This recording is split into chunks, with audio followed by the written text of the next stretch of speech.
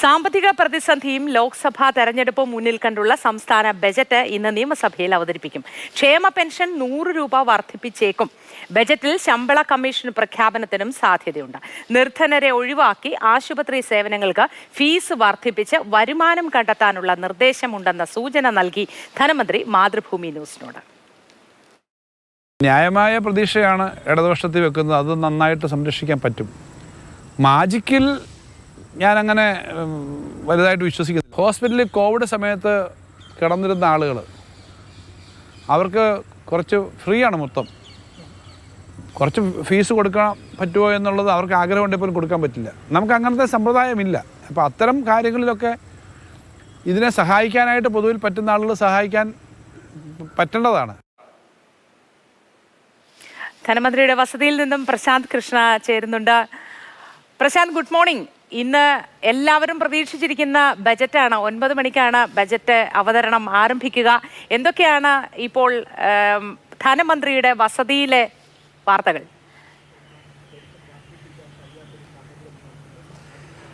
Good morning Modi. അതായത് ഇന്നിപ്പോൾ സംസ്ഥാന ബജറ്റ് വളരെ പ്രതീക്ഷയോടെയാണ് എല്ലാവരും ഈ ബജറ്റിനെ നോക്കിക്കാണുന്നത്. കാരണം ഒന്ന്, സാമ്പത്തിക പ്രതിസന്ധി കാലത്തെ ബജറ്റാണ്. മറ്റൊരു പ്രധാനപ്പെട്ട കാര്യം ലോക്സഭാ തെരഞ്ഞെടുപ്പാണ്. അപ്പോൾ അതുകൊണ്ട് തന്നെ ഈ ബജറ്റിൽ കൂടുതൽ പ്രതീക്ഷ ജനങ്ങൾ അർപ്പിക്കുന്നുണ്ട് എന്നതാണ്.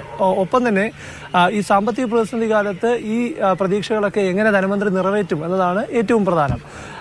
എന്തായാലും ഇന്നിപ്പോൾ ബജറ്റ് അവതരിപ്പിക്കുമ്പോൾ ഏറ്റവും പ്രധാനമായും എല്ലാവരും ശ്രദ്ധിക്കുന്നത്, ഈ സർക്കാർ ഇപ്പോൾ കുറേ നാളായി ക്ഷേമ പെൻഷൻ കൊടുക്കാൻ ബുദ്ധിമുട്ടുകയാണ്. 1600 രൂപയാണ് നിലവിൽ പെൻഷൻ കൊടുത്തുകൊണ്ടിരിക്കുന്നത്. ആ പെൻഷൻ തുകയിൽ വർധനവുണ്ടാകുമോ എന്നതാണ്. ഈ നിലവിലെ തുക തന്നെ സംസ്ഥാന സർക്കാരിന് കൃത്യമായി കൊടുക്കാൻ സാധിക്കുന്നില്ല, കുടിശ്ശികയാണ്. അപ്പോൾ ആ കുടിശ്ശികയെല്ലാം പരിഹരിക്കുന്നതിന് ഒരു തുക വകയിരുത്തുമോ എന്നത് ഈ ക്ഷേമ പെൻഷൻ വാങ്ങുന്ന വലിയൊരു വിഭാഗം, ഏകദേശം 60 ലക്ഷത്തിലധികം ജനങ്ങളാണ്, അവർ പ്രതീക്ഷയോടെ കാത്തിരിക്കുന്ന ഒരു കാര്യമാണ്. മറ്റൊരു പ്രധാനപ്പെട്ട കാര്യം, ഏതൊക്കെ തരത്തിൽ ജനങ്ങൾക്ക് മേലൊരു ഭാരമുണ്ടാകും എന്നതാണ്. കാരണം കഴിഞ്ഞ ബജറ്റിൽ ഈ സാമൂഹ്യക്ഷേമ പെൻഷൻ ഉള്ള സീഡ് ഫണ്ട് കണ്ടെത്തുന്നതിന് പെട്രോളിനും ഡീസലിനും 2 രൂപ ലിറ്ററിന് സെസ് ഏർപ്പെടുത്തിയിരുന്നു. ഈ തെരഞ്ഞെടുപ്പ് കാലത്ത് വരുന്ന ഈ ബജറ്റിൽ അന്ന് ഏർപ്പെടുത്തിയ സെസ് പിൻവലിക്കാനുള്ള ഒരു തീരുമാനം ഉണ്ടാകുമോ എന്നത് പ്രധാനമാണ്. കാരണം ഞാൻ നേരത്തെ പറഞ്ഞത് തന്നെയാണ്, ഒരു ഇലക്ഷൻ കാലത്തെ ബജറ്റാണ്. അപ്പോൾ അതുകൊണ്ട് തന്നെ അത്തരം ജനങ്ങൾക്ക് നേരത്തെ ഉണ്ടായിരുന്ന അല്ലെങ്കിൽ നിലവിലുള്ള രോഷമെല്ലാം തണുപ്പിക്കുന്നതിനുള്ള ചില നടപടികൾക്ക് സാധ്യതയുണ്ട്. അത് നമുക്കിപ്പോഴും പറയാൻ പറ്റില്ല. കാരണം 750 കോടി രൂപയാണ് ഇതുവഴി കണ്ടെത്തിക്കൊണ്ടിരിക്കുന്നത്. അതിൽ 700 കോടിയാണ് ഈ കഴിഞ്ഞ വർഷം ഈ 9 മാസം കൊണ്ട് പിരിച്ചെടുത്തത്. അപ്പോൾ അത്തരം കുറവെല്ലാം വന്നാൽ സർക്കാർ ഇത് എങ്ങനെയെല്ലാം മാനേജ് ചെയ്യുന്നുള്ള പ്രശ്നങ്ങളെല്ലാം ഉണ്ട്. ഏതായാലും അതുകൊണ്ട് തന്നെ തെരഞ്ഞെടുപ്പ് കാല ബജറ്റ് ആയതുകൊണ്ട് അത്തരം വാഗ്ദാനങ്ങൾ അല്ലെങ്കിൽ പ്രഖ്യാപനങ്ങൾ ഉണ്ടായാലും നമ്മൾ അത്ഭുതപ്പെടേണ്ട കാര്യമില്ല. ഏറ്റവും പ്രധാനപ്പെട്ട മറ്റൊരു വിഷയമുള്ളത്, ഈ വികസനത്തിനും ക്ഷേമത്തിനും അതുപോലെ തന്നെ ഈ സാമ്പത്തികമായ വളർച്ചയ്ക്കും വേണ്ടിയുള്ള നിർദ്ദേശങ്ങൾ എന്തായാലും ഉണ്ടായേ പറ്റൂ.